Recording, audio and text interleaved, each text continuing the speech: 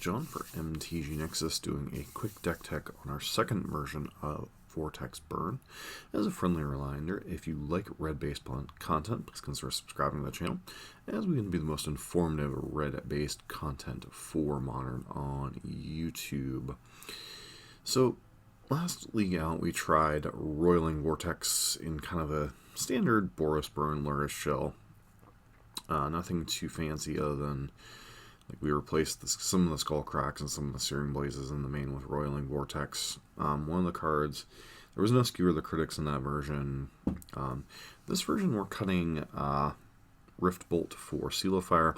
Well, on a raw damage count, obviously Rift Bolt is much better. It does not play particularly well with Roiling Vortex. It's just a card that isn't particularly good in those situations. Another thing I wanted to do here was try out Bone Crusher Giant, which has really impressed me in the Hayashi Prowess versions of the deck, just as kind of a mana sink and a threat.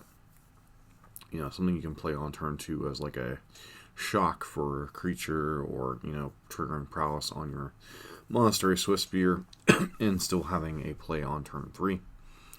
We'll see how it tries out in regular burn. The one thing I forgot, though, was that it doesn't allow you to play Lurrus in your sideboard as a companion, because it's a converted mana cost 3 creature permanent. So I had to replace Lurrus with a random Grim Lavamancer.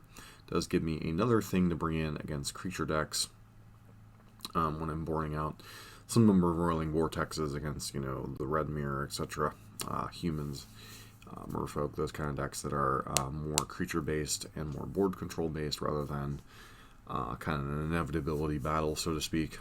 Searing Blaze, back up to 4 of. I don't know that we actually need Skullcrack too much in a Roiling Vortex main deck configuration, so that'll be another thing to see this league. So a lot of different moving pieces this league. Maybe I'm trying out too many different things in one build, but that's kind of that. Beyond that, you know, there's kind of the standard Boros shell. 4 Boros Charm as the only white card in our main deck. Sideboard, 4 copies of Core Firewalker. Served us well last league when we played against red decks. Also, Path Exile, obviously nice to have access to that against Tarmogoyf's Death Shadows. Scourge of the whatever, the new Death Shadow. Lavamancer, once again, kind of a fill-in for Lurrus, since we can't play Lurrus in this particular build. This 2-2 split on Smash and Wear Tear. Nice to have access to enchantment removal, especially against things like the Charbelcher deck, which are bringing in ley lines against us as well. And the 4 copies of Relic of Progenitus. The last version we were playing was Grafdigger's Cage, and while Cage is a fine card, I think Relic is a nice thing to have against the Uro piles, and it's also pretty good in some longer games. It's not the best graveyard hate against something like Dredge, but, you know, it's still at least something we can bring in. And as a 4 of, it's kind of fun. I'm kind of learning from the Hayashi school of trade that sometimes you just want your powerful effects to be 4 ofs, and then kind of, you know, your 2 ofs to be relevant. Path, obviously not quite the same as something like Kozilek's Return, but still pretty reasonable in a lot of different spots. So that said, let's get into some matches.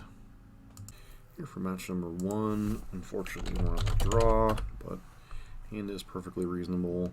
3 lands, probably 1 more than we ideally like, but still okay overall.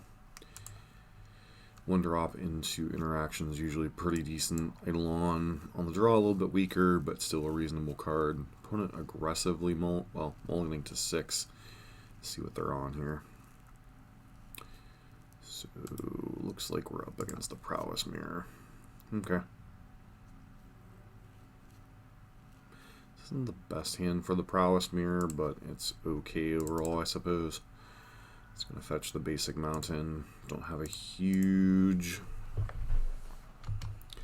lead in here for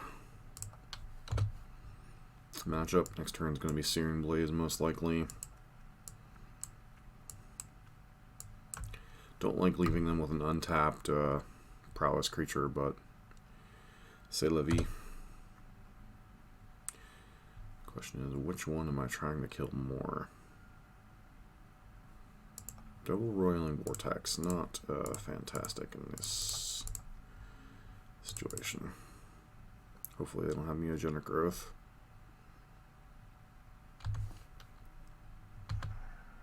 Unfortunately, they don't. So the reason I got rid of Sprite Dragon is Sprite Dragon actually grows out of control much more quickly. It also looks like they're a little bit low on lands as well.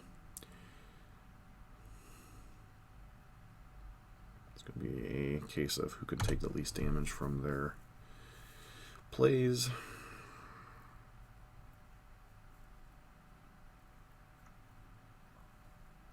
Yeah, that's a problem. That is very much a problem.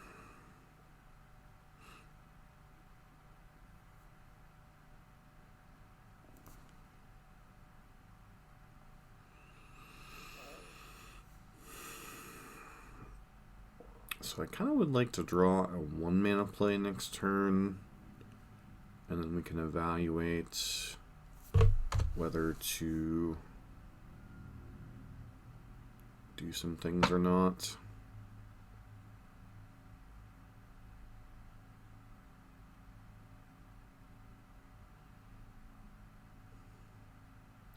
So I could trade 2 for 1 with Stormwing Entity. Opponent doesn't know what they're drawing for sure.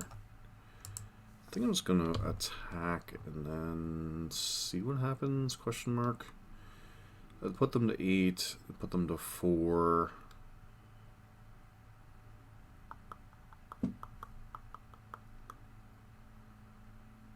It's interesting sequence here. Let's see if my opponent blocks. Probably not, actually.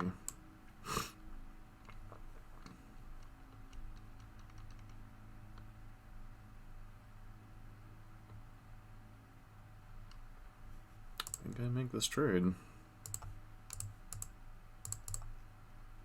Again, their deck is less capable of burning us out.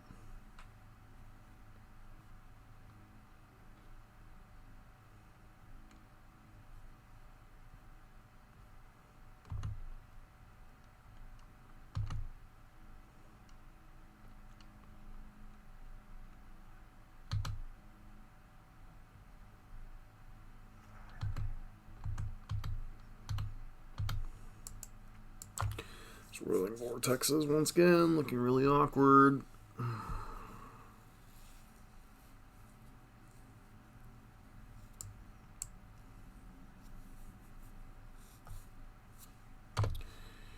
Yep. We're in some trouble here.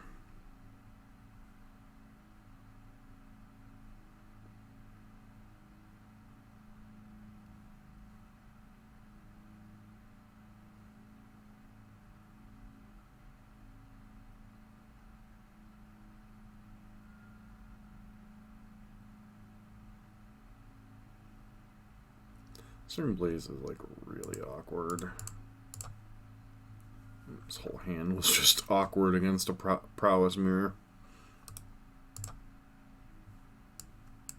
Or against a Burn mirror, I should say.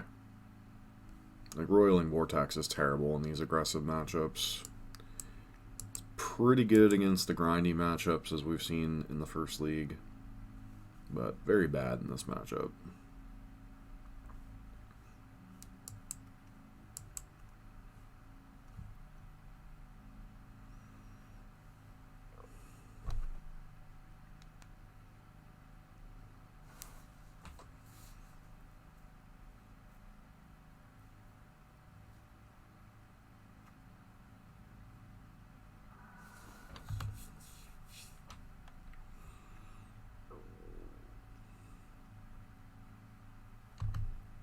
Going 8.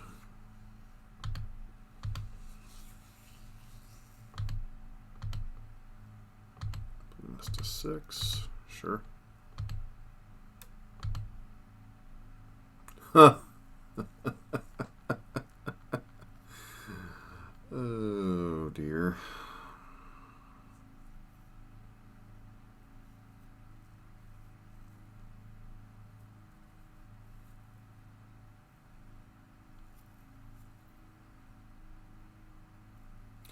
What are the odds? I think we still gotta make the play.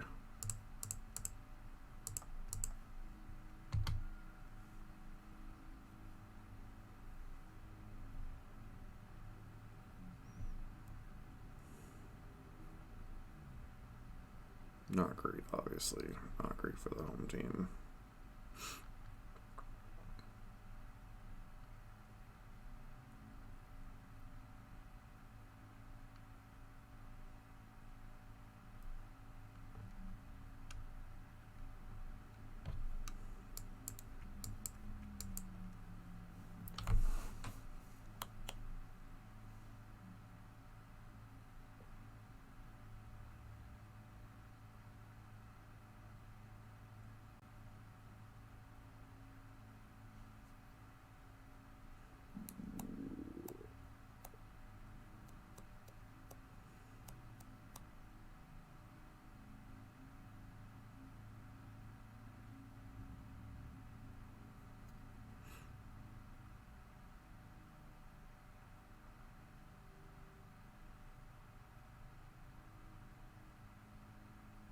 Like, I'm not sure really what our opponent's thinking here.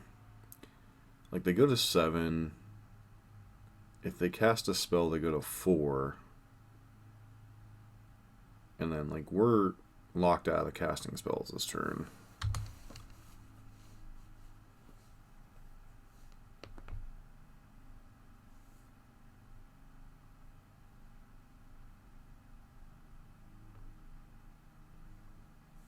It's just not worth casting a spell here. Like, we can only cast one more spell this game. Unless our Eidolon dies, obviously.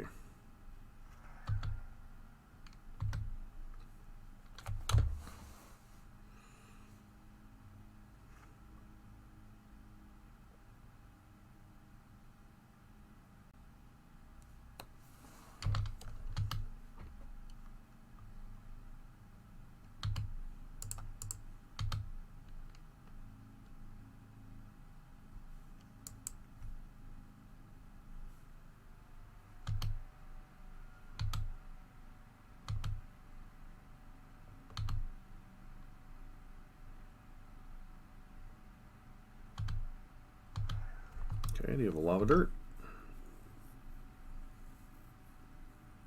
Gut shot. I mean, we were dead like 1,000 different ways there.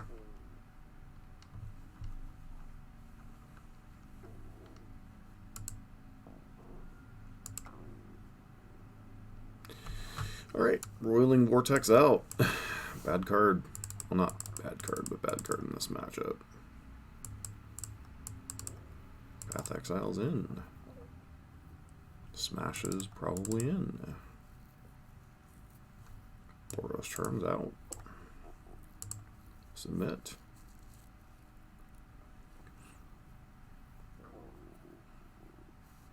Like, Smash obviously can be a dead card. It's not, like, fantastic by any means. Except for in the spots where it's great. You know? So against, like, Dragon's Claw and such, it's a bit of a mixed bag.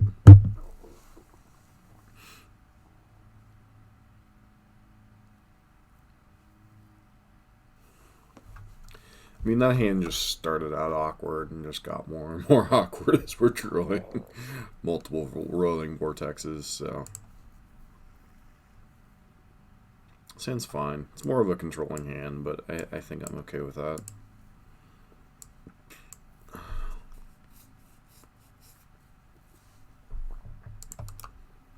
The fetch land pass. Might have to fetch a Sacred Foundry just to be able to cast Core Firewalkers, obviously.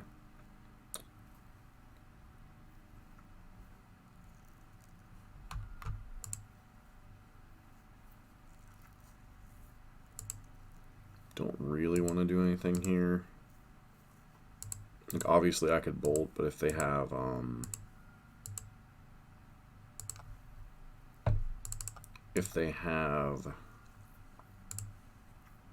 mutagenic growth, it's just like all kinds of bad.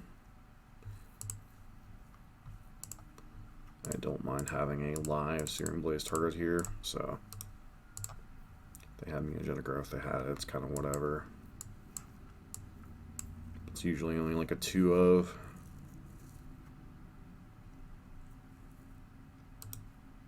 Sure.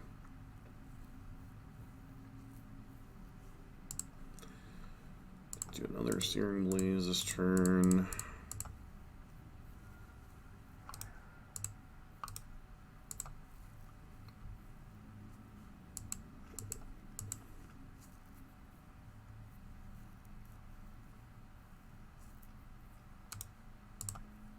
Again, fine, while taking a point of damage here.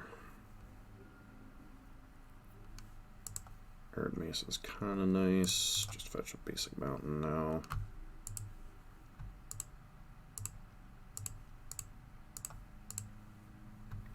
Let's kill all your creatures. Still have a threat left over at the end of all this.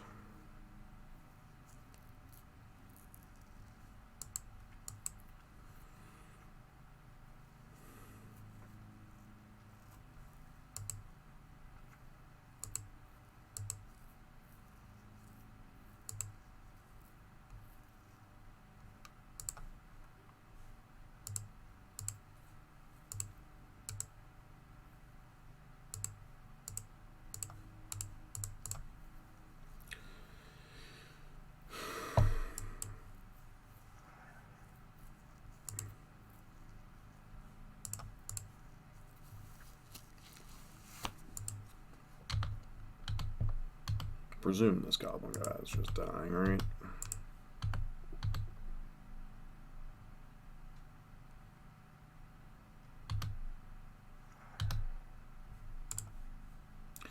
Don't know that I like taking 2 to cast this Bone Crusher Giant, but may as well run it out there.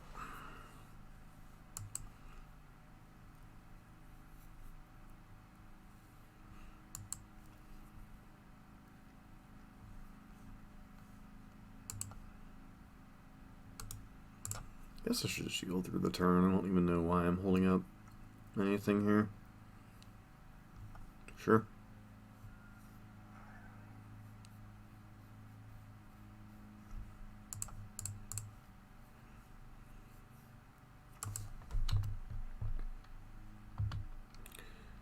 Maybe I should have brought in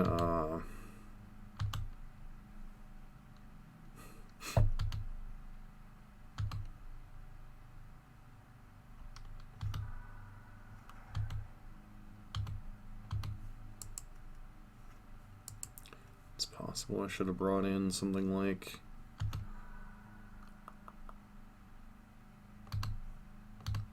relics in case they're on Bedlam Reveler.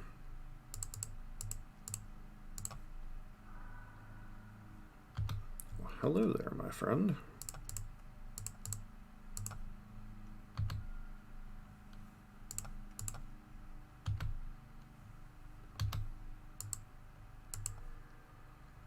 One of the cards in our opponent's hand for sure is a Wooded Foothills. No burn spells apparently. Or they just have a Kozilek's Return here, which makes sense.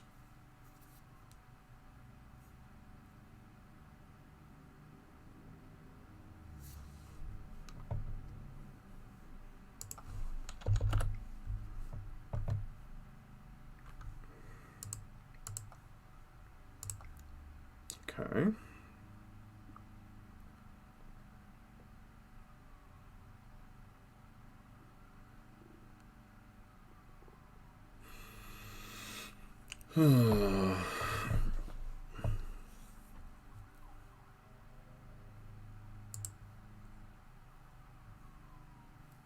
Problem with Bedlam is obviously we haven't seen it in Game 2 or Game 3, or Game 1 or Game 2. So, well, hello there. Yeah, this hand's a pretty easy keep.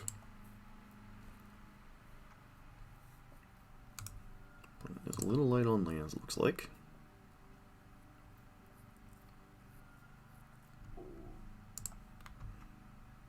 Just going to do this right away. If they have mutagenic growth, they have mutagenic growth.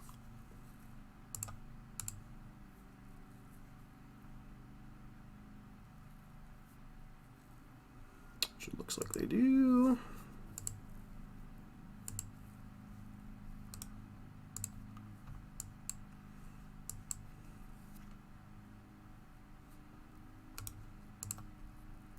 Is this the one land lay up the stage hand? Nope. Alright, well. Going to 13 and like it.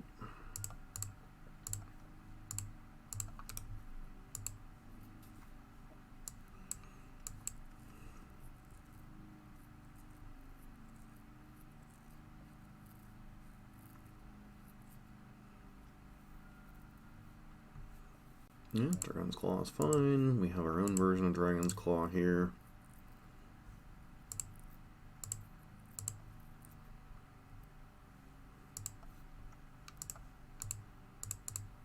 Again, if they have Kozilek's Return, they have Kozilek's Return. It's kind of whatever.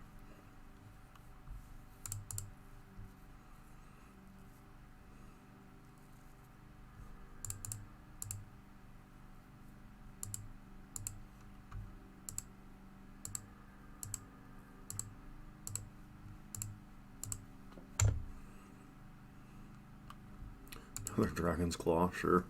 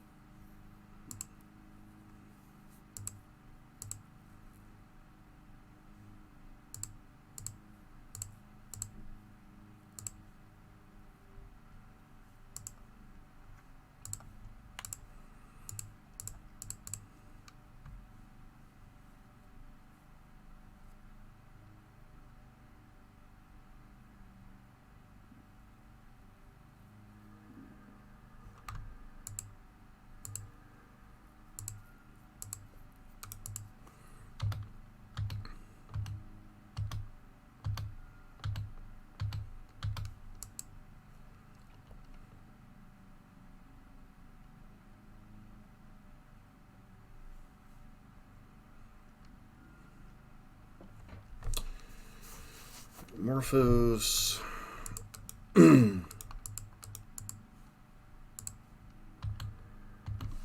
Goes to 6.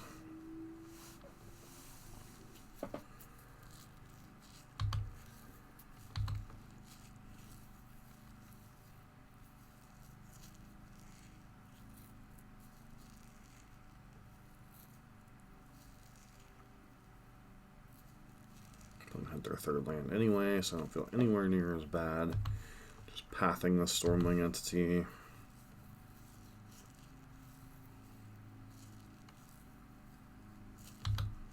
It's one card on top and one card on bottom.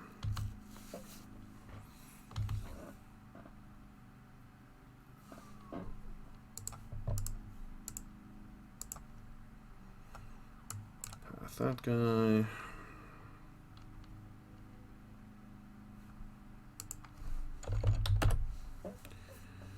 Nice to get the win in the post-board games. We're back for match number 2. We're on play. Wow, this hand's a little awkward with the lands, but I think with 2 1-drops, this hand's a keep. Or 2 1-drop creatures, I should say, this hand's a keep.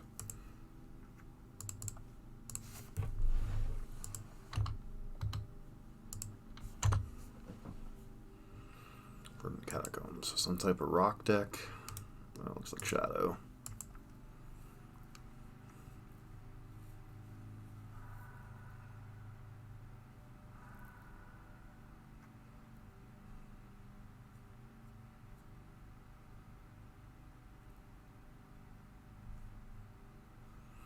But with all the card advantage.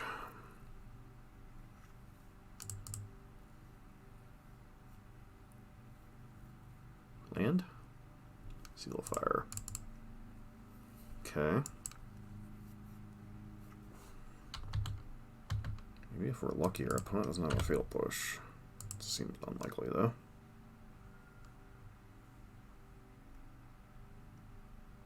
Okay, Tarmogoyf. Sure.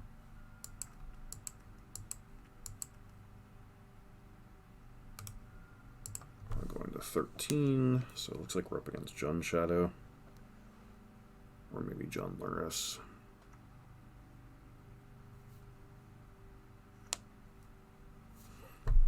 Alright, well that's at least interesting, right?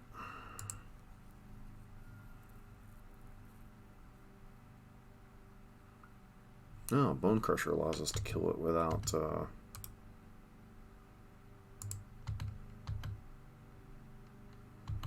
actually putting a card type in the graveyard.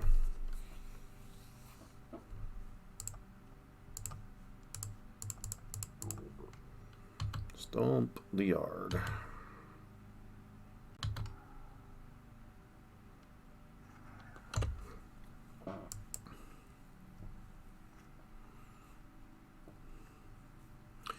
Why would you... Okay. Whatevs.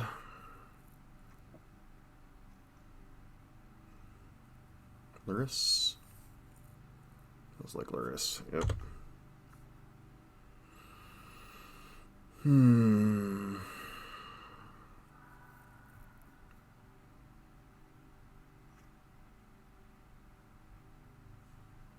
Can we kill them here?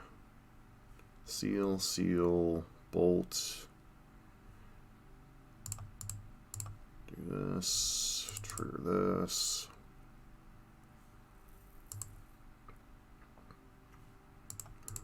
Do this, trigger this.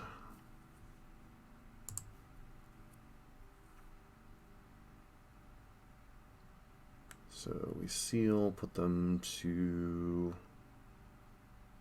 I think we're one short.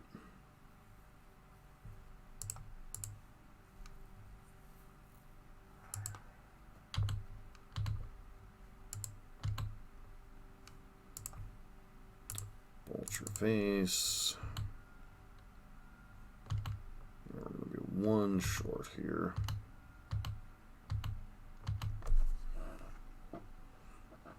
Maybe for that reason I was supposed to play the other seal.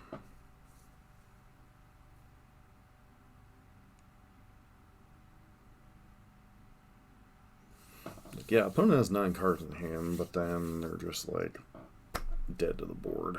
So I don't think this is a Roiling Vortex matchup. That part I'm not 100% sure of. I do know I want the paths and I want the relics, most likely. I think it's Vortex out and then some amount of Searing Blaze out.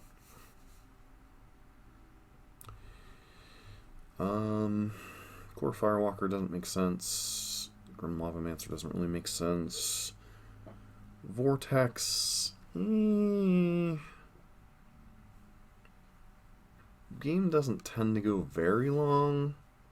Still could arguably be better than Searing Blaze, but I still think on the draw, Searing Blaze is probably better.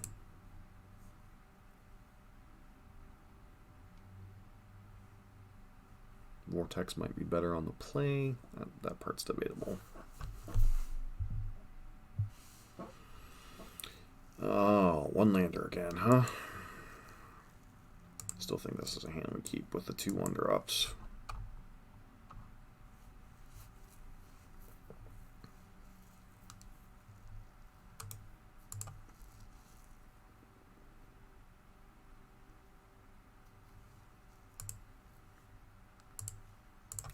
Decent chance they have like Bolt or Fatal Push here. Maybe I'm supposed to get cheeky and lean on Swiss Spear for that reason. Okay, looks like they don't have a push or anything. Maybe turn 2 Goyf.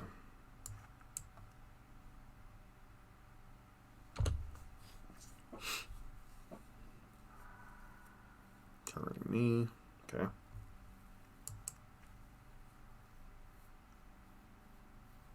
Brutality? This could just be like regular Jund. Yeah, it looks like it might be just regular Jund.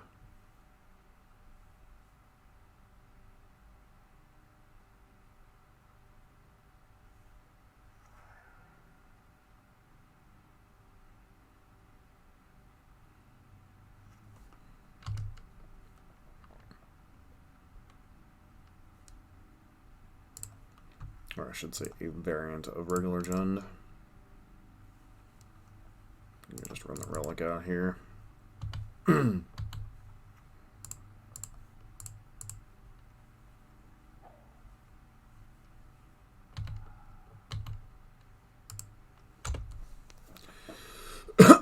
Like, Stern Blaze isn't fantastic in this matchup by any means, but you have another Brutality? Kind of rough. I mean, it's not the end of the world.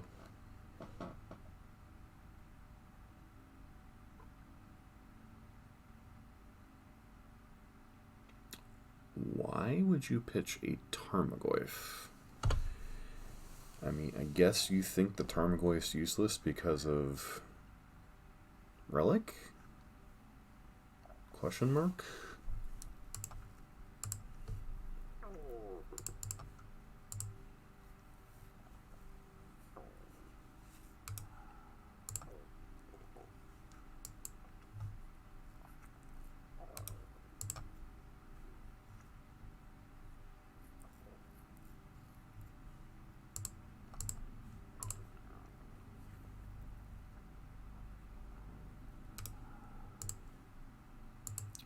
Or they've exiled all the lands.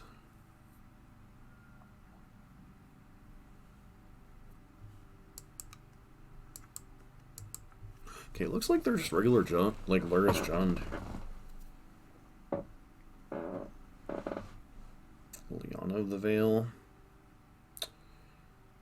I think we pitch. Let's go ahead and pitch Searing Blaze here and then Boros Charmer.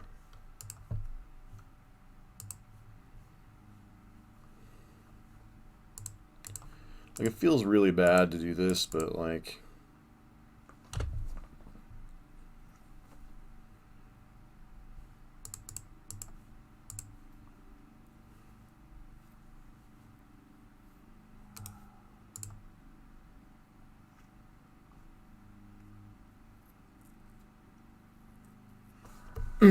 sure.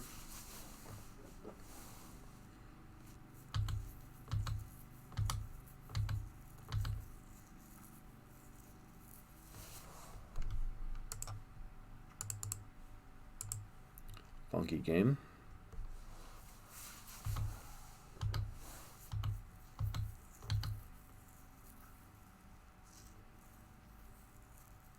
Sure. Looks like just good old Lurrus Jund.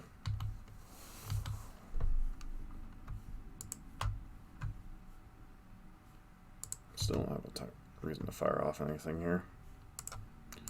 Alright, well, this makes a reason to fire off something at least.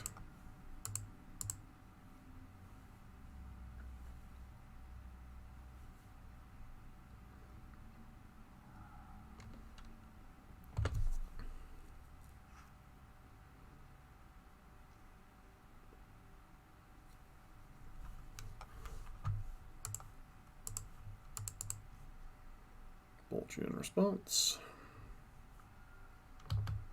Secret Path, which is like mildly annoying, but it's also kind of whatever.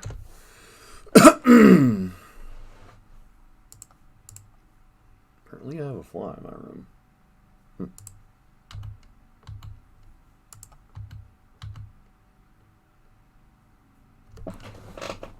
Yeah, it's a fly.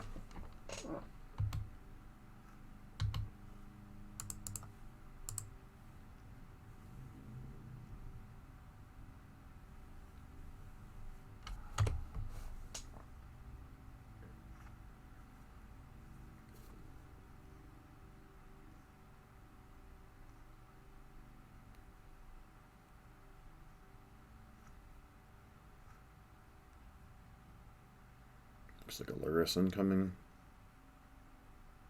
Clothis. Clothis is kind of annoying.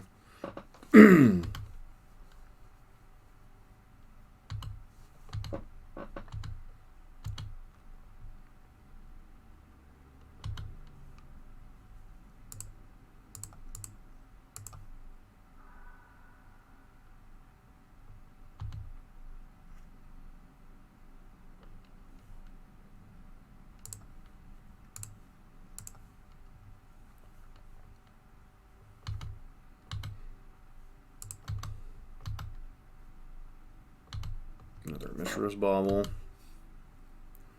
So if they go after stuff in our yard, we can negate it with Relic. If they go in stuff in their own yard, I mean, yeah, target us.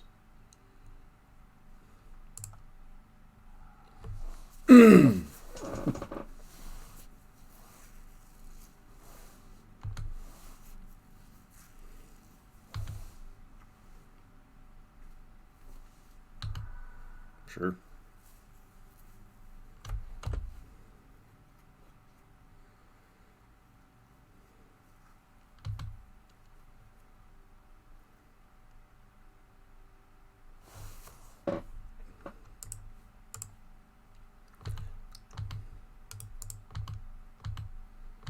Tarmogoyf, sure.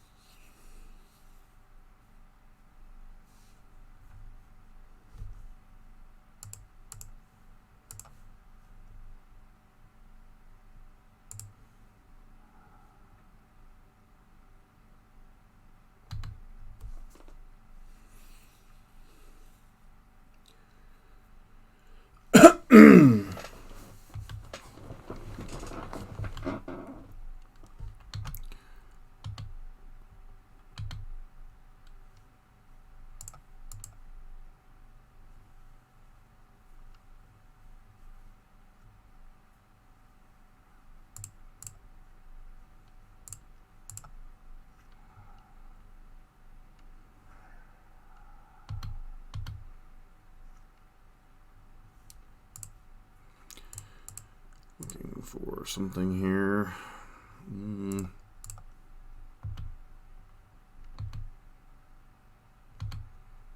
Put our opponent to 1, but 1 is not 0. You're drawing a Kroxa.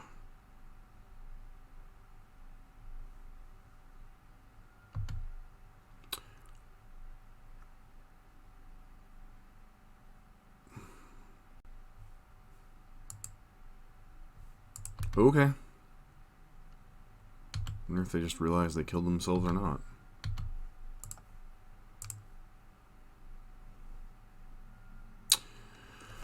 Alright, 2-0 over Lurrus Jund. Nice. Yeah, we're back for match number 3. This hand is very interesting, and I think it's a keep. This might be a bit of a grindier hand with Roiling Vortex and Bone Crusher, so I'm a little less worried about having a 1-drop aggressive start. Although, obviously, like if we're up against Tron or Dredge, especially Tron, this hand might be a little slow. Alright, Inquisition off of basic Swamp. Doesn't tell us a whole lot.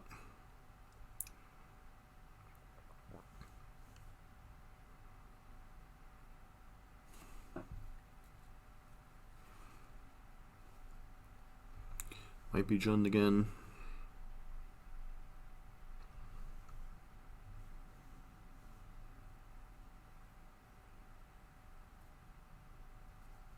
Take Bone Crusher Giant. Okay.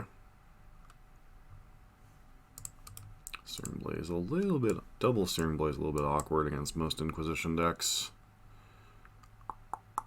Could be Jund, could be... Okay, it's definitely not Lurrus, so it could be Jund. Do I just go ahead and fire off a bolt here? I think I do. Fetch, Sacred Foundry, Bolt Face.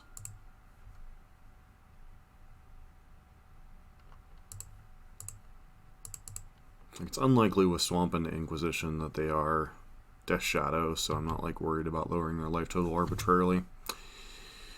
Goblin God's a little awkward here. I think I just grab Basic Mountain and just play Roiling Vortex, get this ball rolling. If our opponent trophies this or decays it, it's kind of whatever. There's no trophy.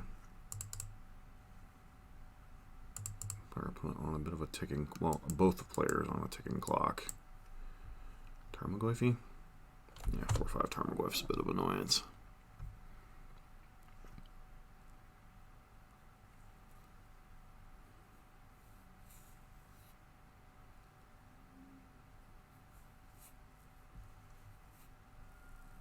Land. Seal of Fire. The problem with Seal of Fire is it puts an enchantment in the graveyard, which would not enable us to kill Goyf, so we're just going to do the thing and then do the thing.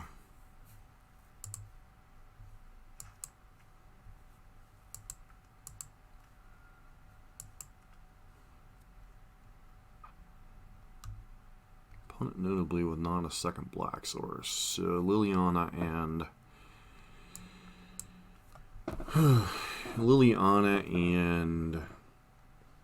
Lurrus are both off the table. Not that they're necessarily a Lurrus build, but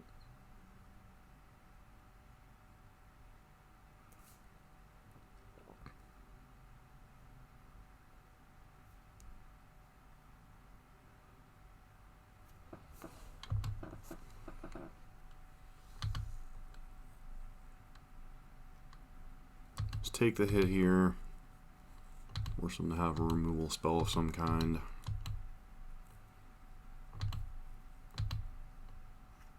We'd love to hit a land drop here. Swift Spear is not terrible, I suppose. Does maybe allow us to counter race.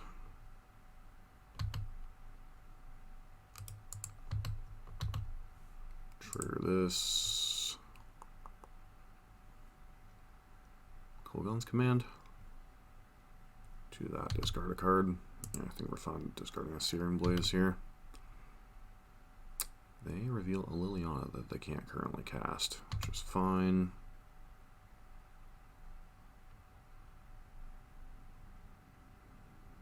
I think we bolt their face because we're kind of in a racing situation here.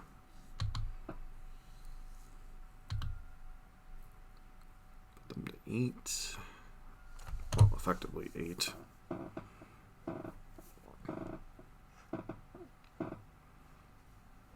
Problem is, I think they're currently winning the race as it's currently instituted.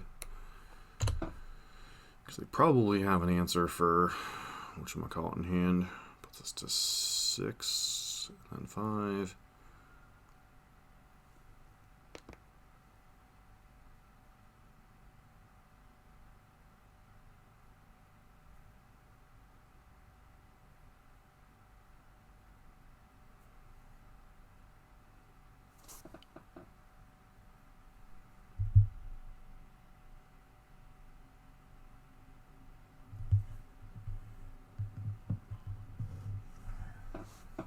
Okay, sure.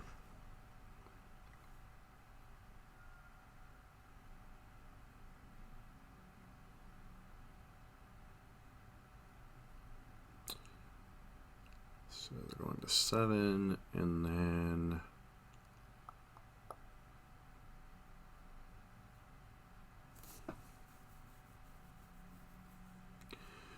going to 7, and then 4, we could put them to 2. So we have 5 points of burn that we can use here. We're just dead to our own roiling thing here.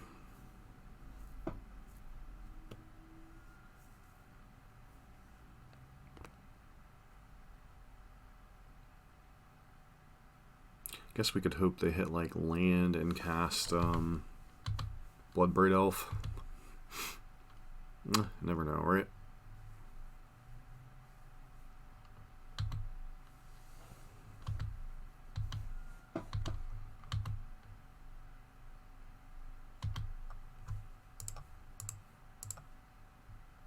Into 4. Yep. Even if I like take that off, I can still only deal them 3 damage, so we were 1 short. Roiling Vortex, not the best maybe in this matchup. Alright, against Jund, we definitely want the paths. Definitely want the relics.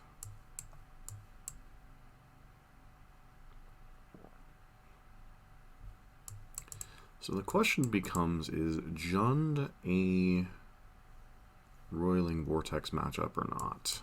I don't know. Like on the play, it's probably better. And there are certain games where it can play out like that.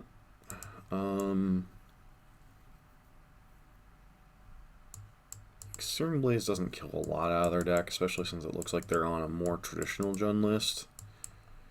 So maybe I just board these out and board 2 Seal of Fire out.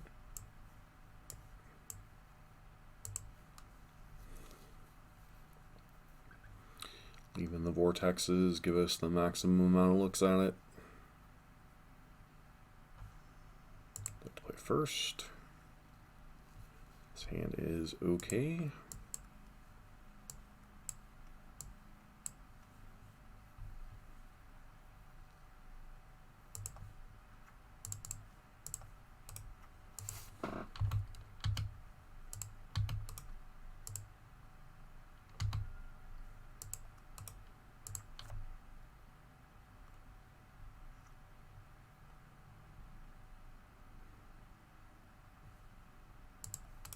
So we boarded out all of our Searing Blazes, so I can just go ahead and fetch aggressively.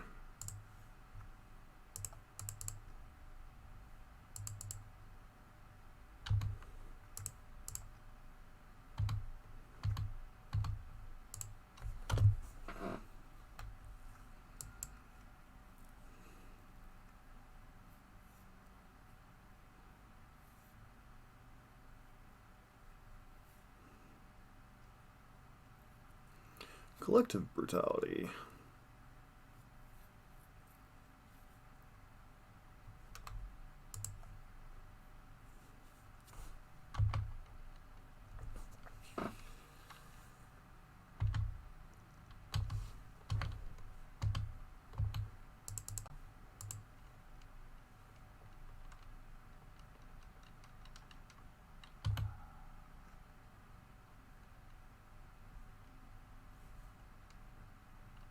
Awkward. So do I play a Bone Crusher Giant into the face of what might be a Liliana?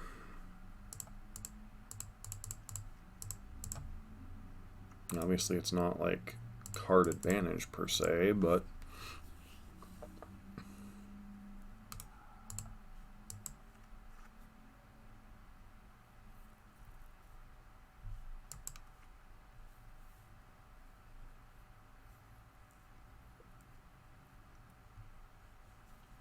yeah, that's not terrible.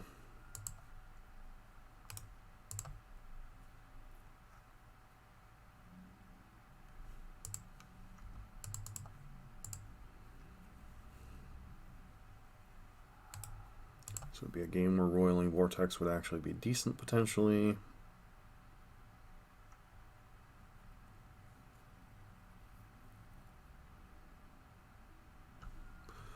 Go to 14, cast Bloodbraid Elf.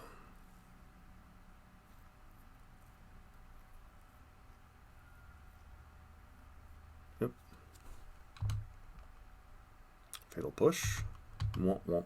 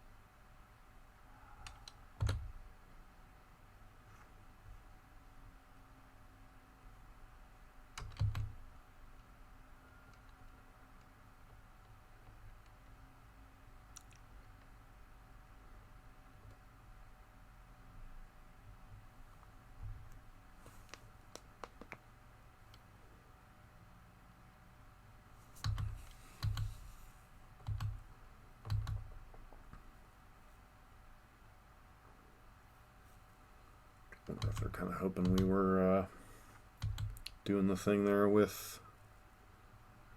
Could have a Kolaghan's Command here. Yes, definitely feels like a Kolaghan's Command.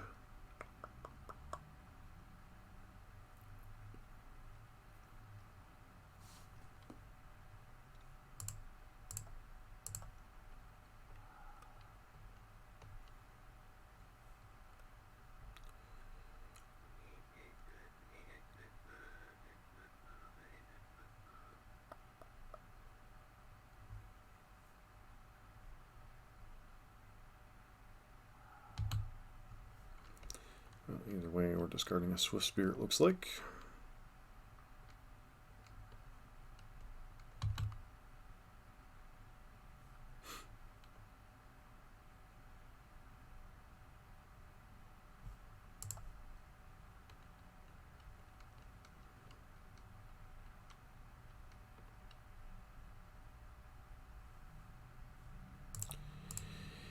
Even if they have a Fatal Push, they still take a damage off the Swift Spear.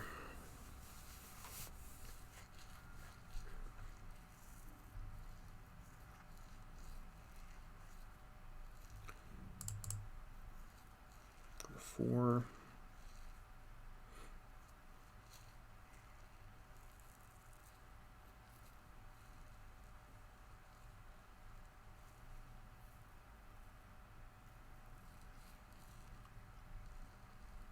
Sure.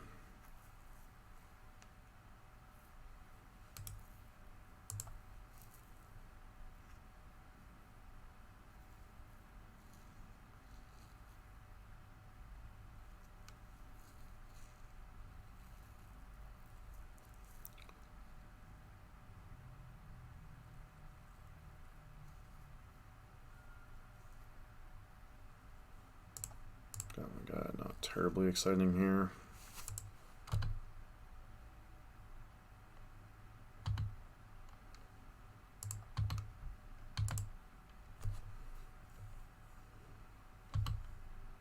With the Scavenging Ooze.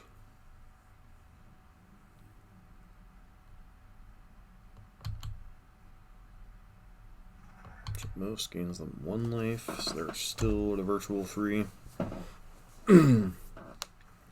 Certainly a card that can get them back in the game, though.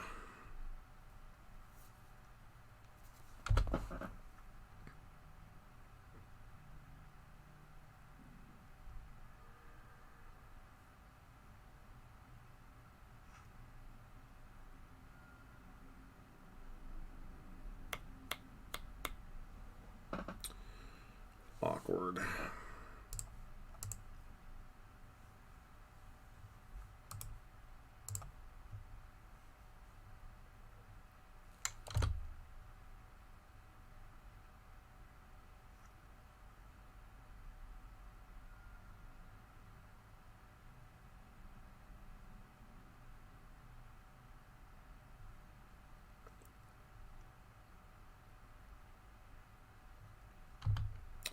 Sure.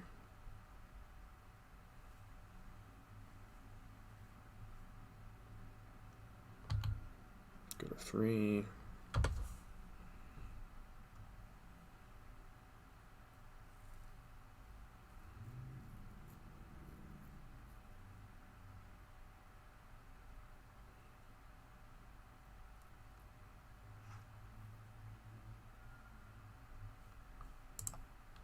Guess in the end it didn't particularly matter here.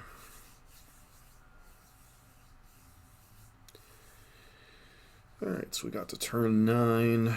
Roiling Vortex doing some work there. I completely screwed up on letting them gain life with Roiling Vortex.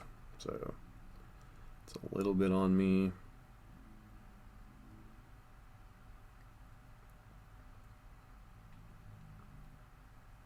Yeah, shouldn't have let them gain life. Forgot that Roiling Vortex also has other text. Anywho. Core Firewalker, no. Lavamancer, no. Seal Fire, eh. Smash Smithereens, no. Searing Blaze, eh. The version of they're particularly on with Scavenging Ooze, Tarmogoyf, likely doesn't include either Lurrus or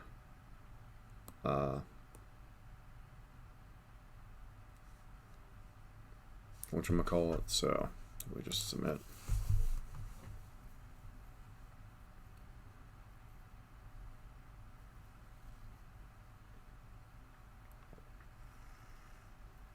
Seems alright. Not like super exciting against the face of Tarmogoyf or something.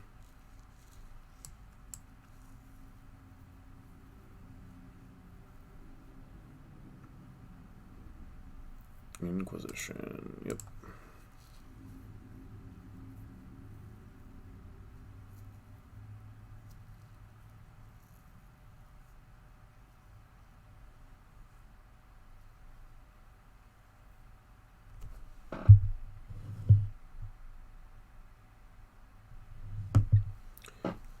Interesting that they take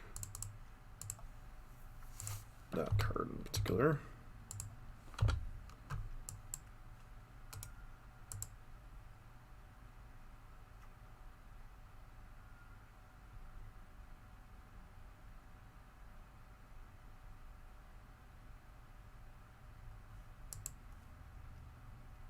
Collective Brutality, sure.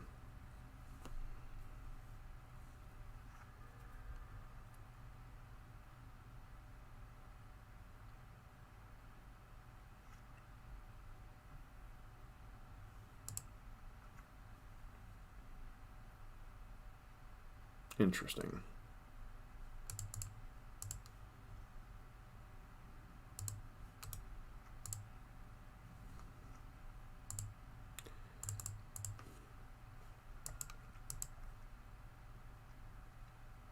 Yep. Not surprised that it's Tarmogoyf.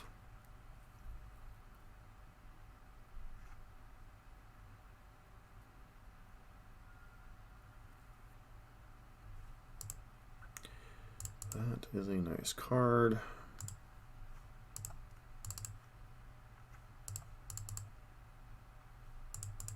Screwed up the order in which I cast those.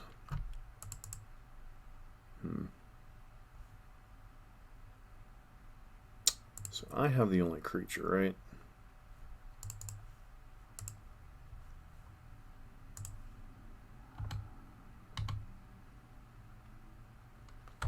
Tarmogoyf suddenly a 3/4.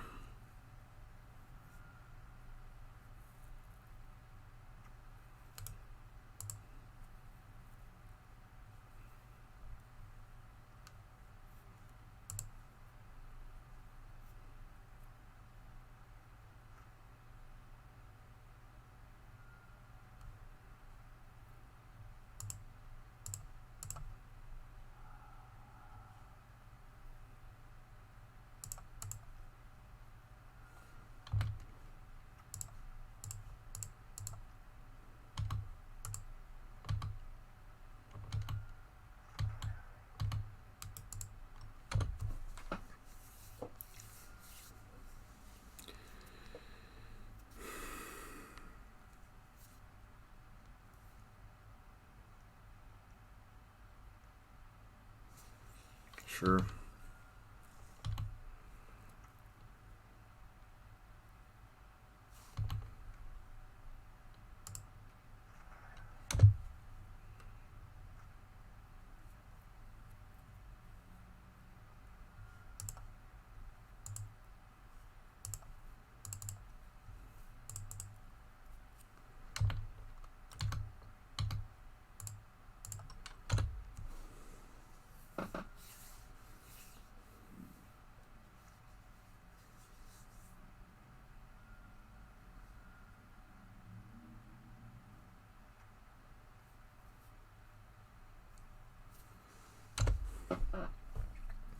Don't want to crack this fetch.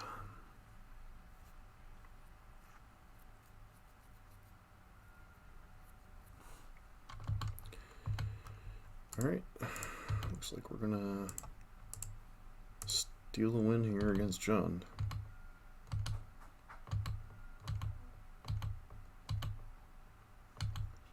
And Roiling Vortex triggers and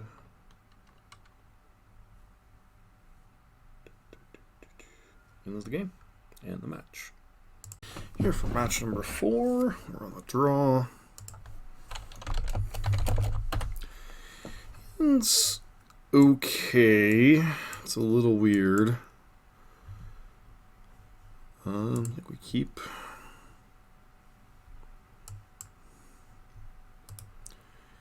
Elves. Well, this is definitely not a good hand against Elves per se.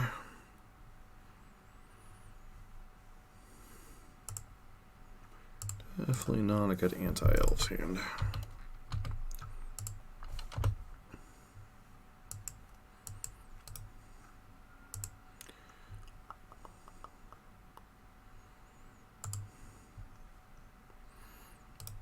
Yep. Pockets go nuts here.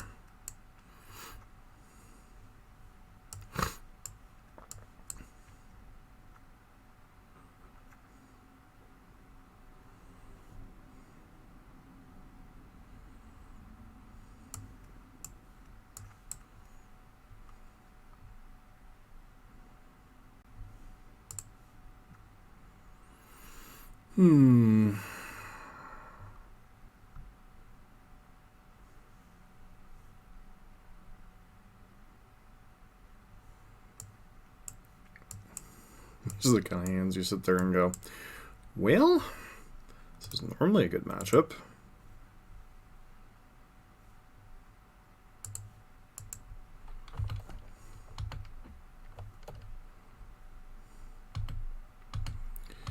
Pass the turn, I guess.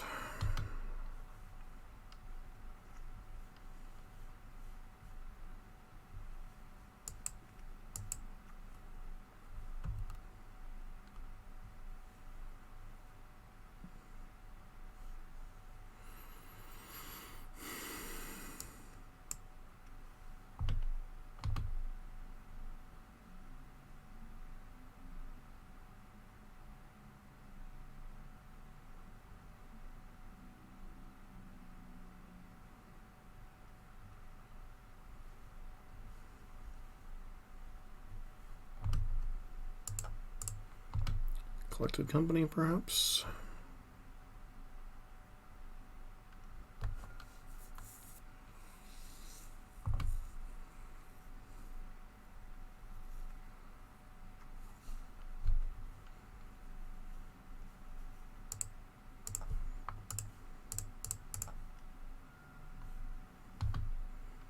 And we're still probably losing this game solely because of Shaman the pack alone, so.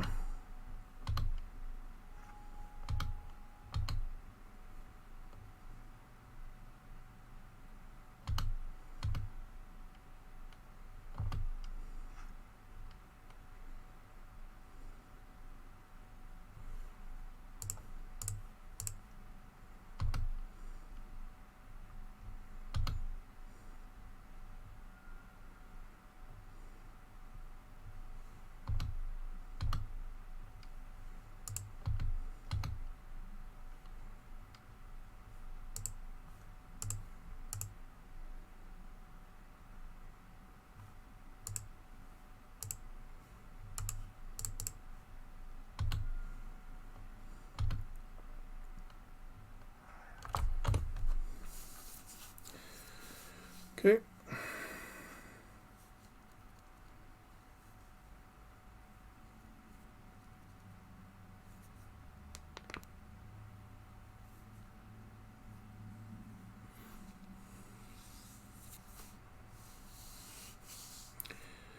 That's to crack us for 4.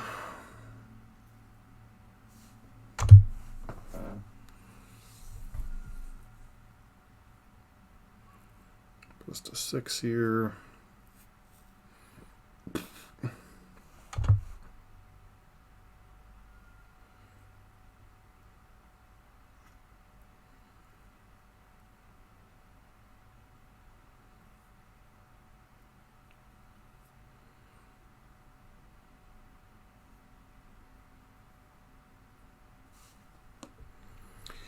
Nine, 6, 4.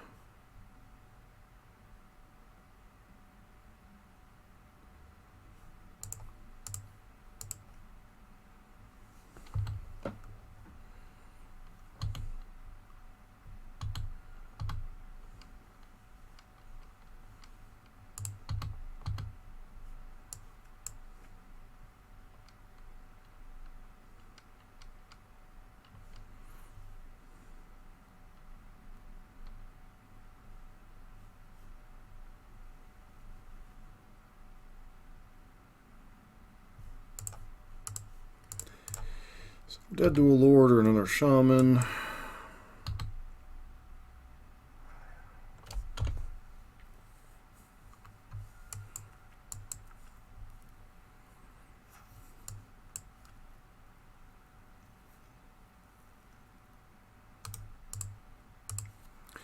Yeah, bad hand overall. Well, bad hand for the style of matchup.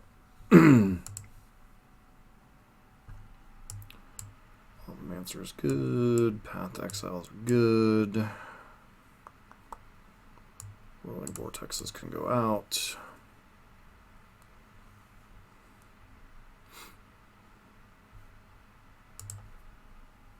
Guess leaving in one Roiling Vortex isn't terrible.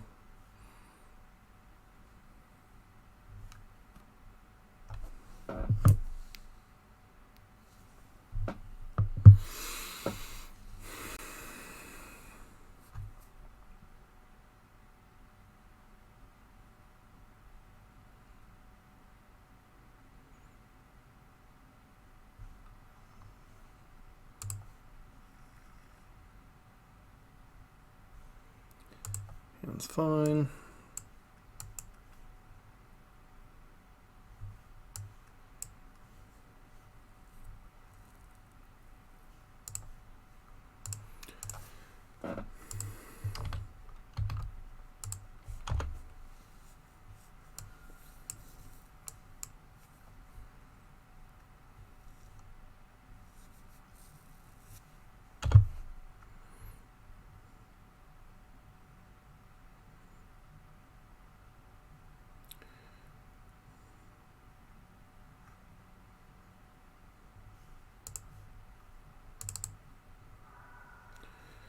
Kind of an awkward hand here a little bit, because beyond this Seal of Fire, we don't have a ton of interaction for creatures.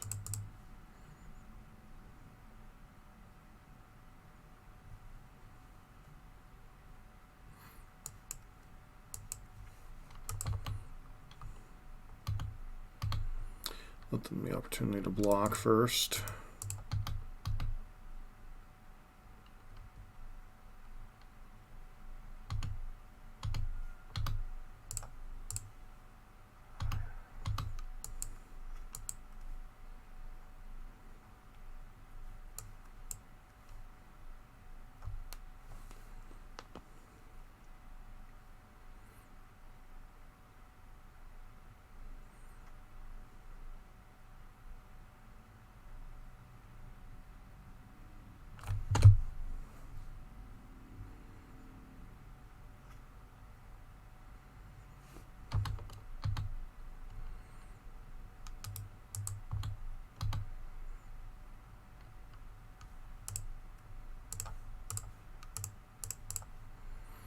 Triggers.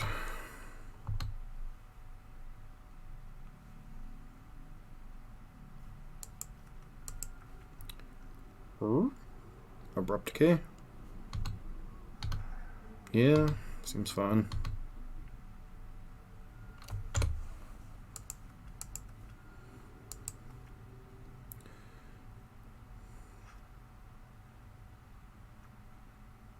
Okay.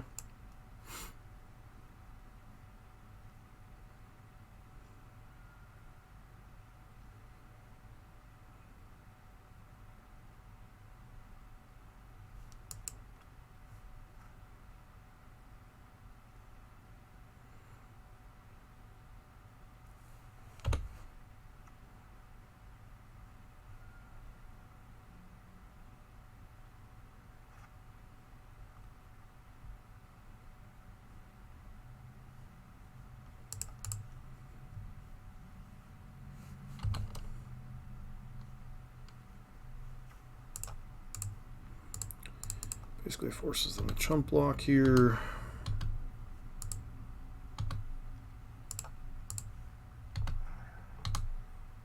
But the one actually shuts this off, so I think that might be worth more of it.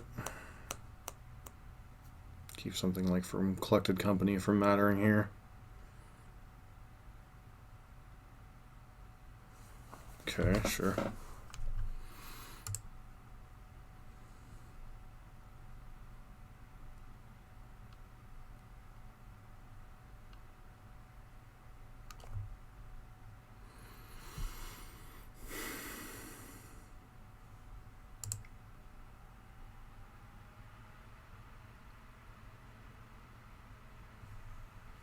This is one of the matchups where actually, ironically, having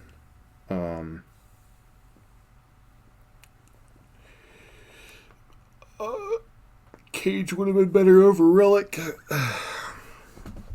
But obviously Relic served us well against the Jund matchups, so can't really complain too much here.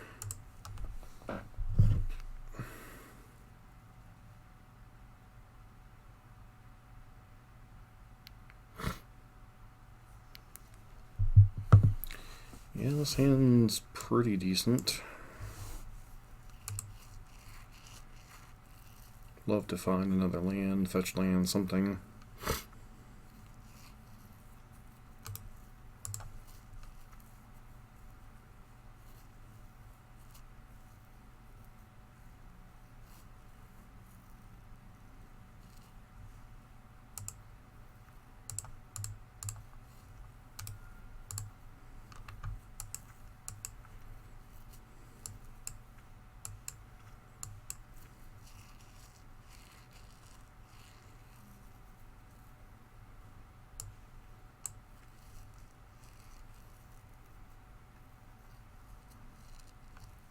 Okay.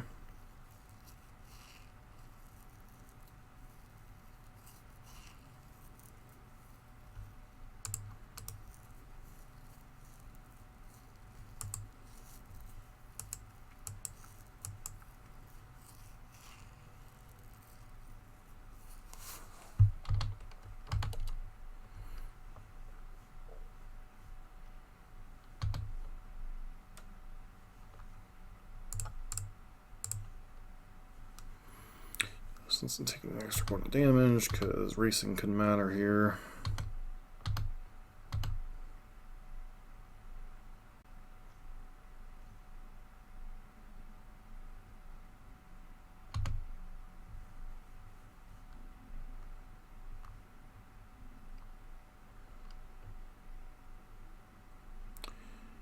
The storm shot her, Druid, and Winding Way.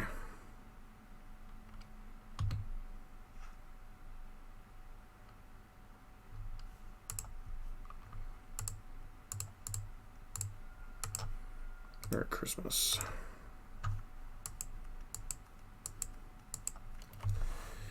Good time to play an Eidolon.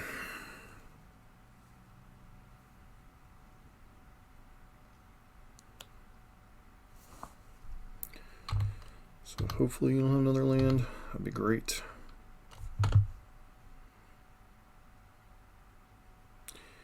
Land, please.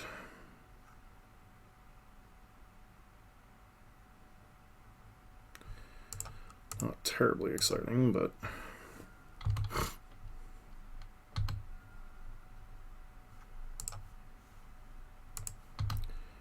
guess we'll let these attack first. Another Winding Way.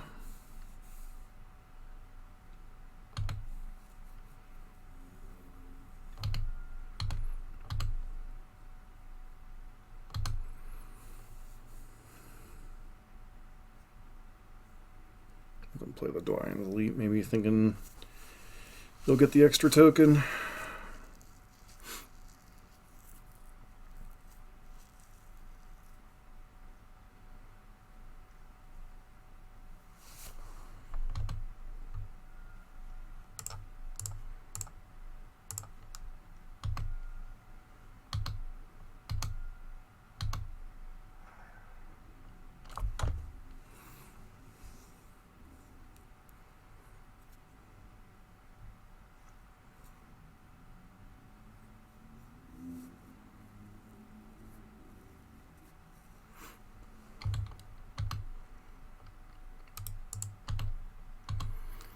Getting some damage here.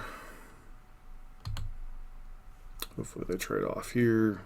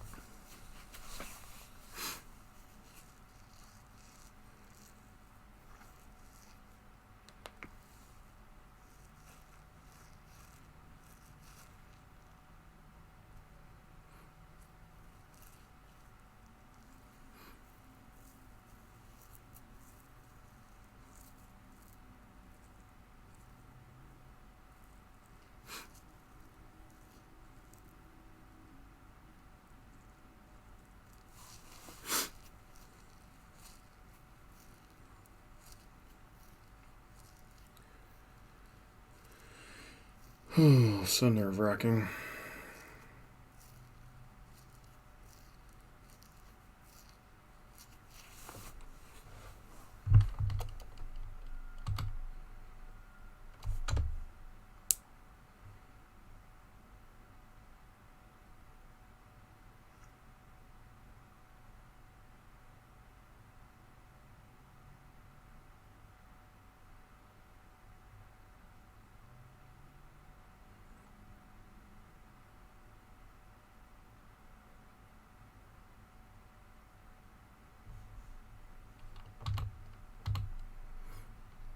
Alright, game over.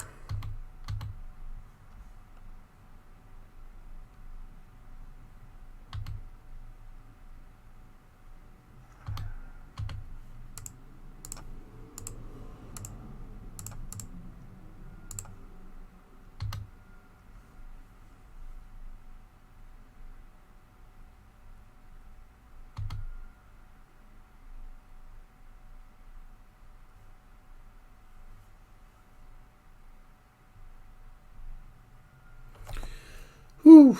Match number 4 in the bag. Back for match number 5. We're on the play.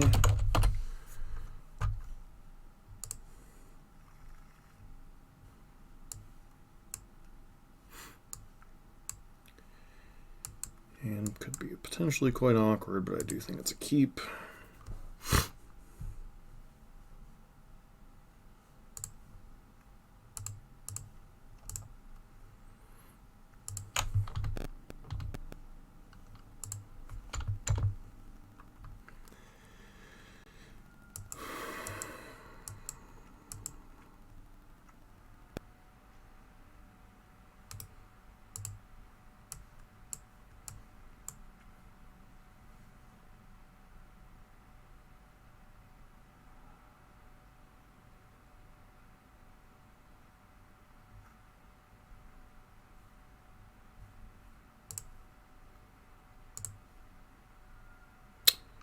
I feel like I'm supposed to play Eidolon here.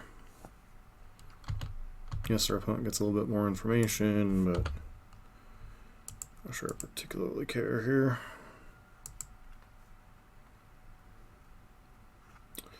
Feels like we're up against Jund.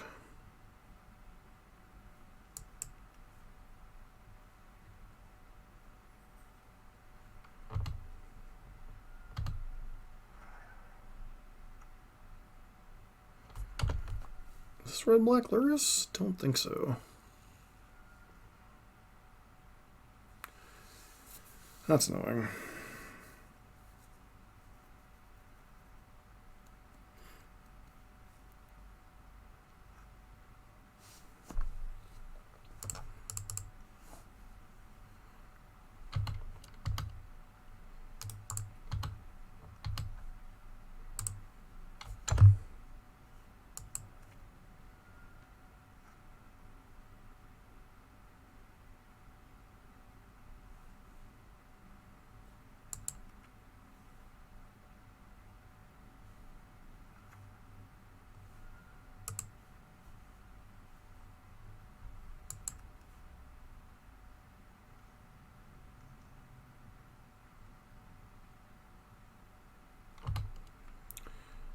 Pyro pitching what?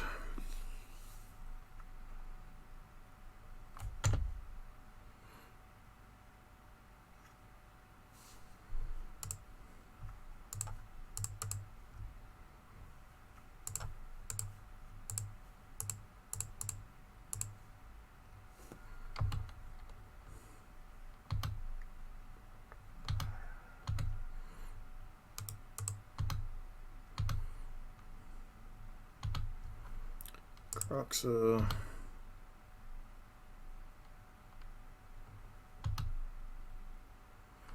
Should have 2.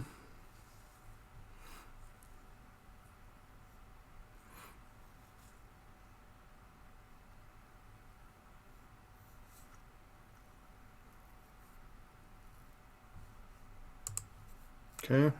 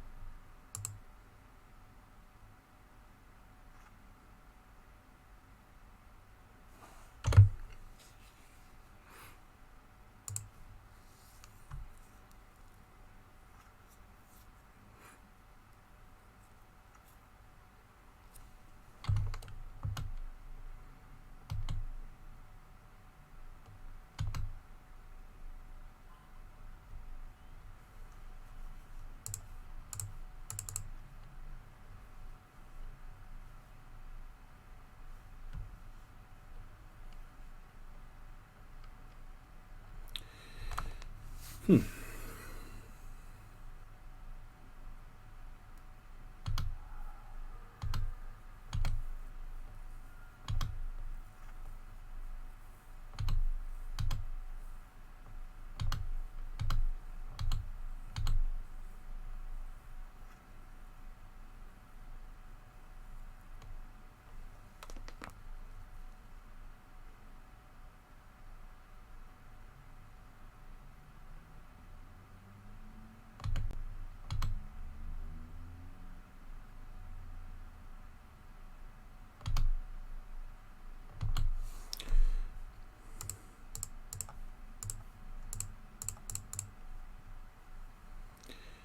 1, you go back to 4.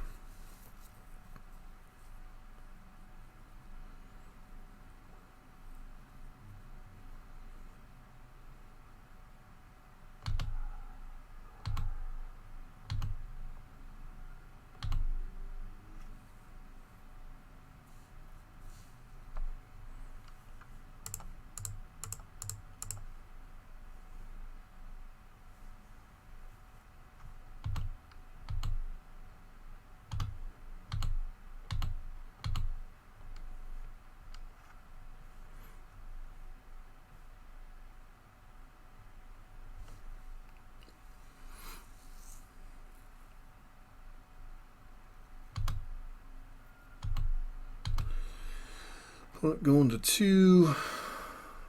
Play all the Yana.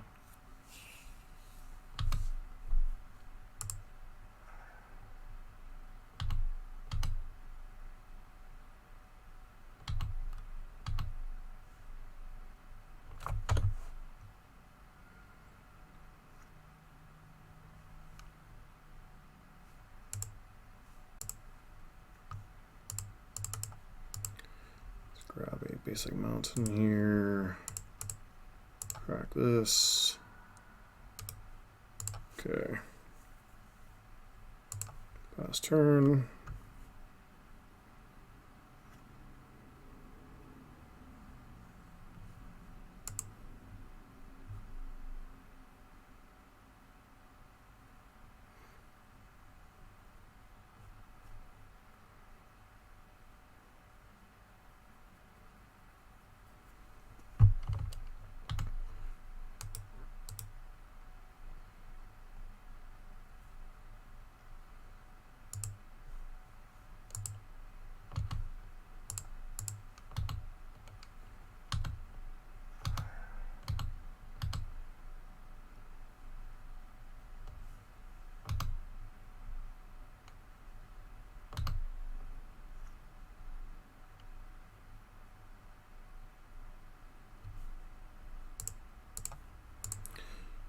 All right, GG.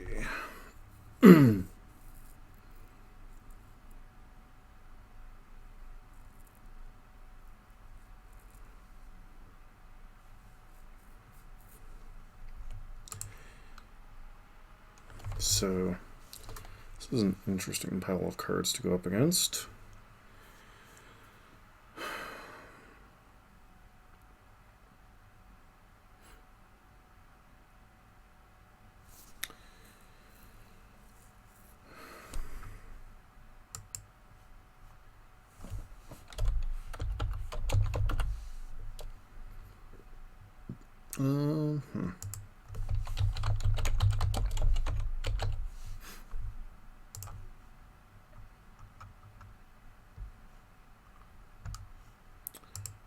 Rakdos Midrange.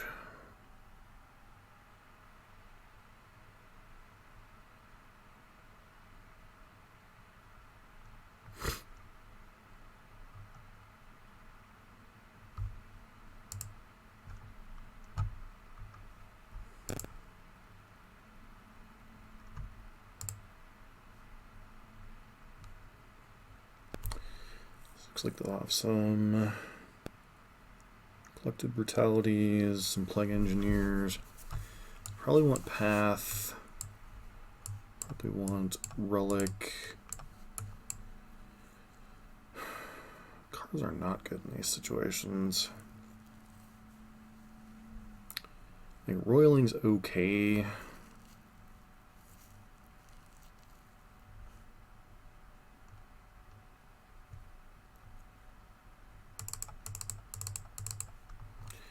Seal of Fire might be a little underpowered. Actually, like one roiling, one blaze. Since there are some circumstances where blaze could be a dead card, similar to Jund.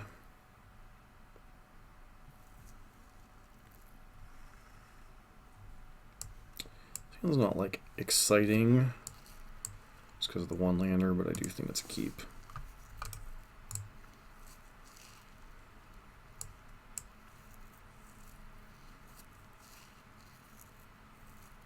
Be really interesting to see what you value more, Relic or one of the creatures. Eidolon. Okay.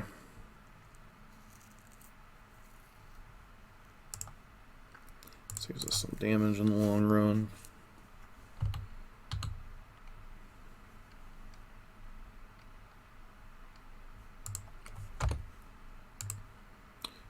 Inquisition, so we're probably losing Relic next turn, would be my guess.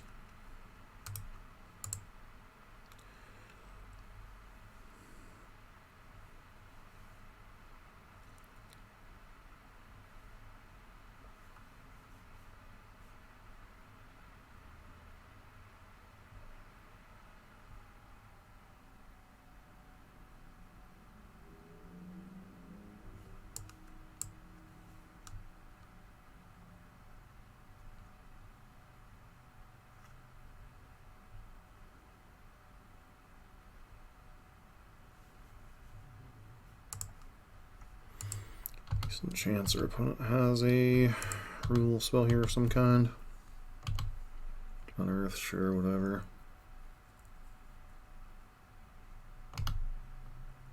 Nothing, huh?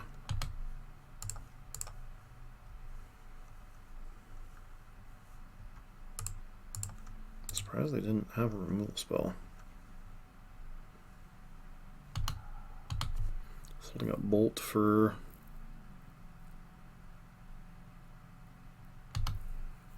that's mildly annoying. Makes a little more sense now.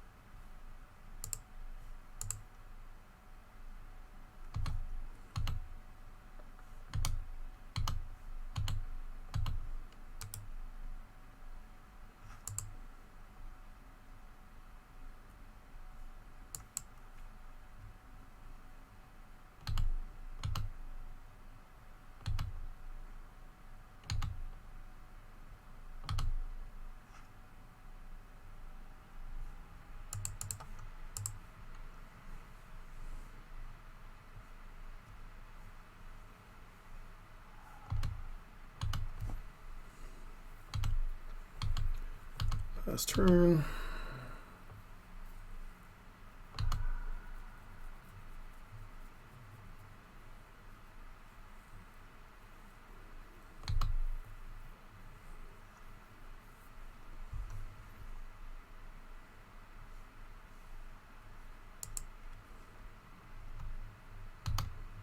Sure.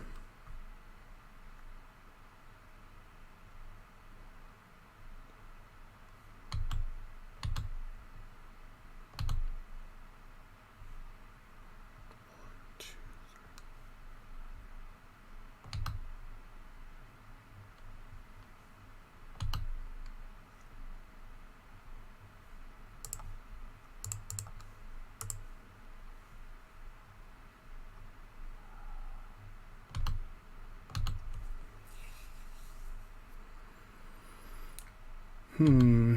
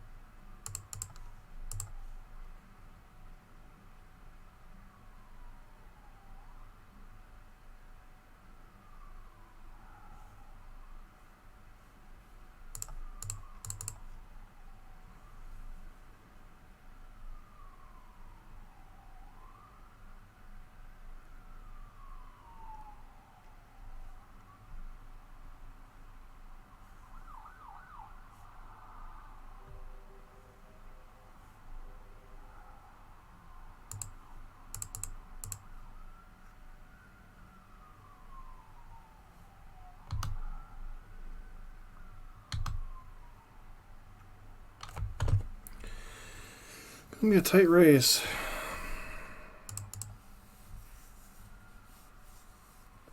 Depending on what they drew this turn. Leon is annoying.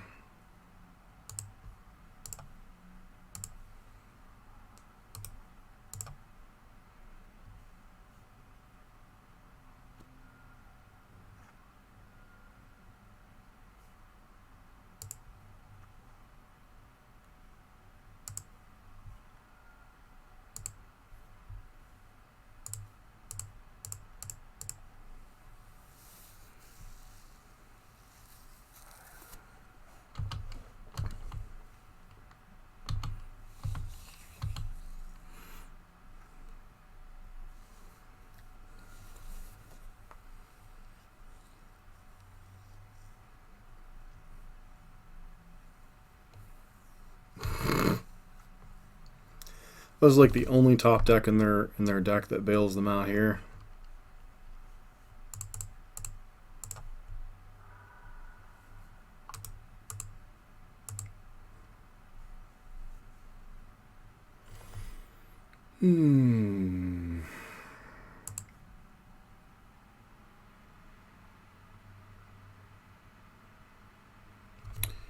So we have confirmed they're on Skelemental. Part doesn't particularly surprise me.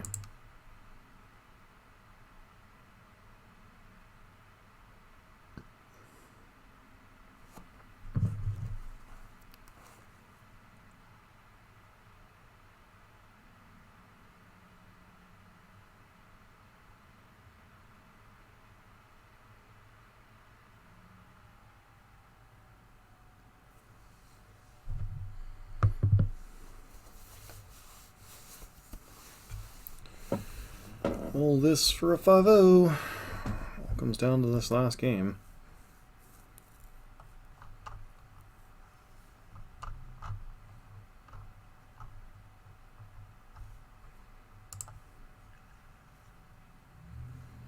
Hand's pretty good.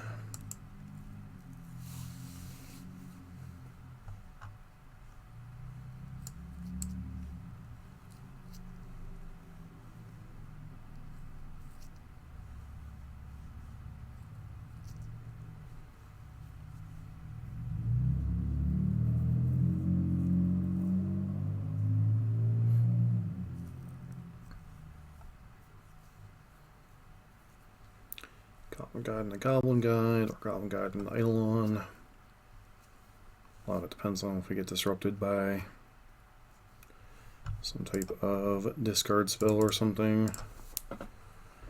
Kind of determines what route this game will take. Kind of Marsh Flats. Kind of effectively undoing their mulligan. Inquisition every freaking game. Yep. Probably taking Eidolon if they hold serve here. Yep.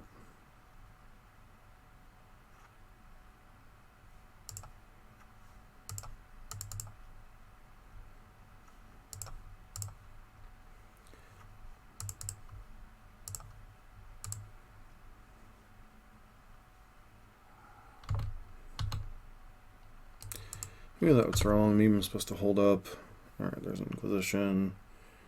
It's kind of annoying because we know they're going to get the Inquisition roiling away.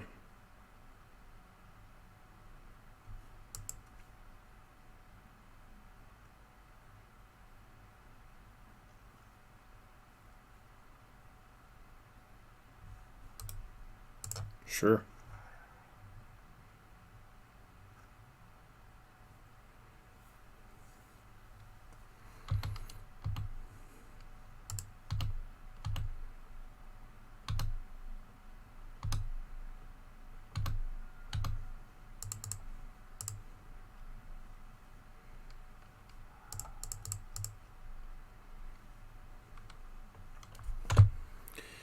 Pass turn. Probably Seasoned Pyro here would be my guess.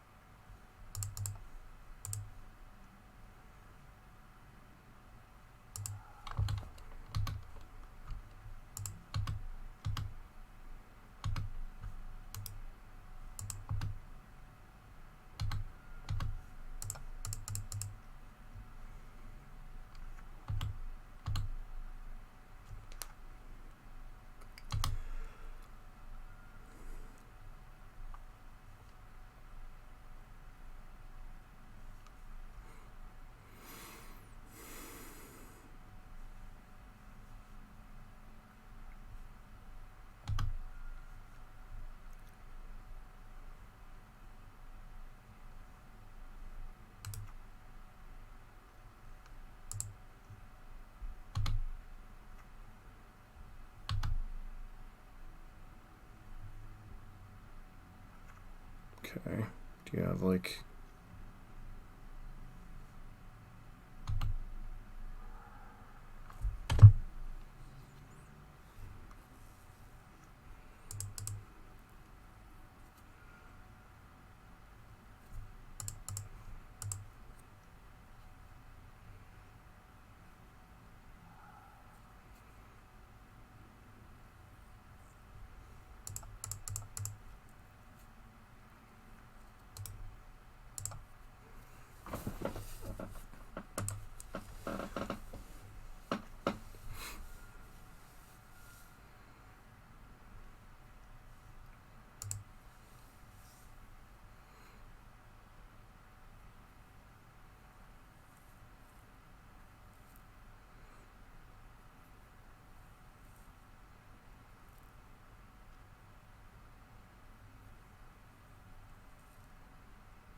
Collective brutality would be unfortunate.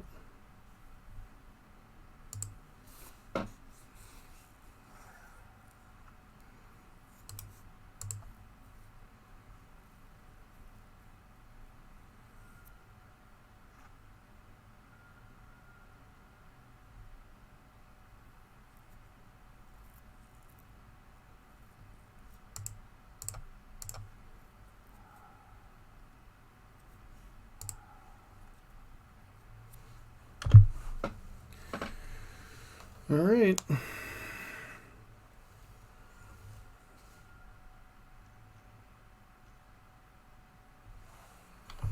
It's a pretty decent draw.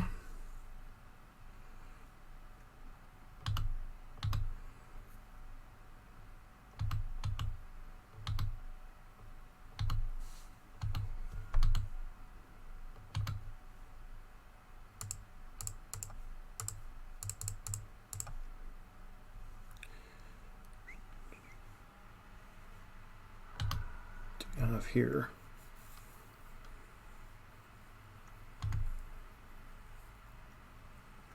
Sure.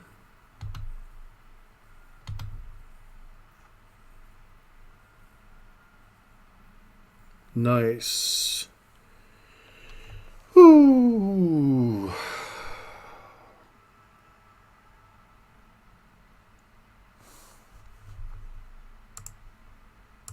We're here for the wrap up with the 5-0 with Roiling Vortex, Boros Burn, and Modern here.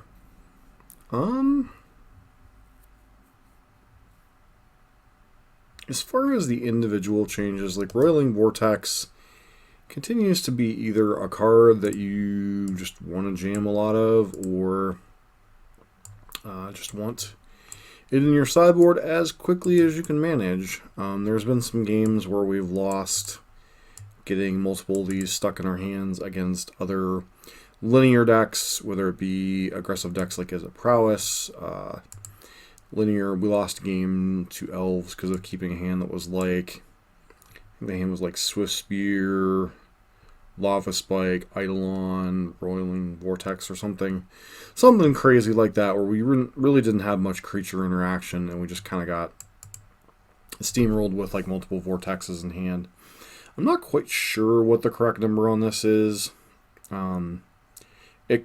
In certain metas, like right now, it might even be a main deckable card, just simply because the meta is very grindy right now. Like, you do have some linear decks, like we played against Prowess and Elves, but we also played against 2 Jund variants and a red-black mid-range variant. So, as far as that goes, Roiling Vortex is a card much like, in some ways, like Chandra's Incinerator. It might come and go in terms of like where it is in the meta. Vortex I can see being a staple in sideboards and such, even in kind of like more aggressive metas. But I do think this card has certainly earned its stripes. Now, whether it should be replacing Skullcracks or Searing Blazes or Lightning Helixes or all that, not sure on the details on that. As far as Riftbolt and Skewer, really didn't miss those cards all terribly much. Seal of Fire, while it's not the most damage efficient card, is a very efficient card to pair with other 1-drop spells. allows more of the Monastery Swiftspear Goblin Guide, plus another one-drop spell kind of hands. Bone Crusher Giant gives you some 2-for-1 potential. Being able to stomp something, stomp a face, untap, cast a Bone Crusher Giant. Or, we even had a weird situation come up where if we would bolt our opponent's Goyf, the Goyf would grow big enough to survive combat with a Monastery Swiftspear, whereas Stomp, it doesn't go to the graveyard. So just kind of some weird situations like that lead to some unintuitive plays. Bone Crusher Giant as a whole is like a fine card. Been very impressed with it out of Hayashi Burn. And I do think it might have some place in the Boros Burn setups even, potentially. Especially as the meta gets a little bit grindier. One of the things that I've noticed with Burn is Burn sometimes runs out of gas in some of the matchups. And even something like Lurrus isn't necessarily enough to, kind of offset that. And while I would love to play Lurrus with the Seal of Fire setup here, I did want to test Bone Crusher Giant, hence why we threw this random Grim Lavamancer in. This was originally a Lurrus, and then I realized I can't play Lurrus in a Bone Crusher Giant deck. But beyond that, I mean, the Relics, they had their place. We brought them in 3 different matches. The thing with Relic is, while it's not as good in the dedicated graveyard matchups, so random things like if somebody's still playing the old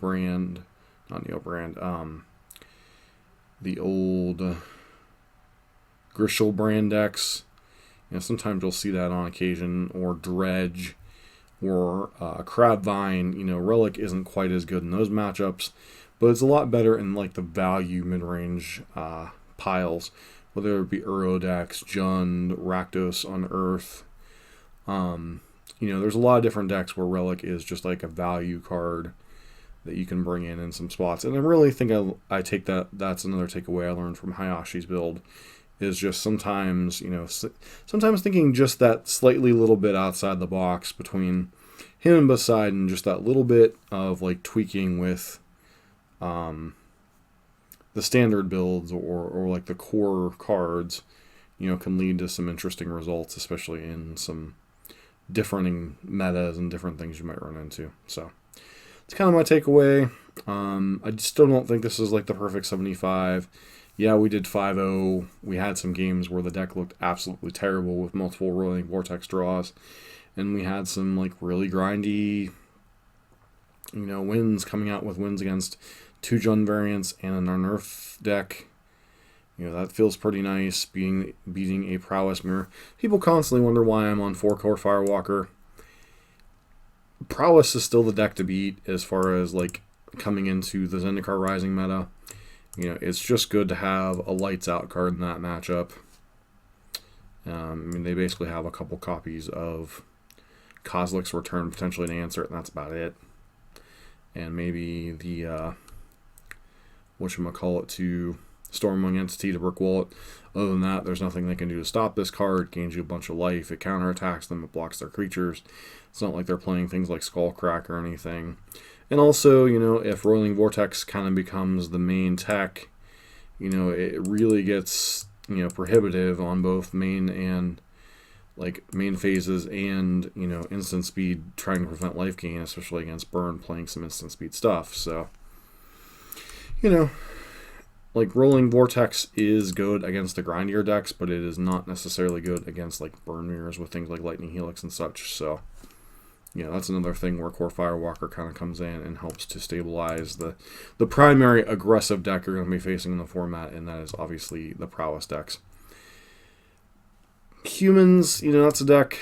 I know it recently did well in the hands of, was it Canister won the challenge last weekend? Really haven't seen it anywhere, and I'm not complaining. So, that's another thing where Grim Lavamancer, despite kind of being a random inclusion, would have been nice. And obviously Path to Exile, it's just kind of a necessary evil in this deck. So, the Wear Terror Smash split, and definitely going to continue to work with this shell. But I think my next league is going to be something a little bit different than this deck, so stay tuned for that.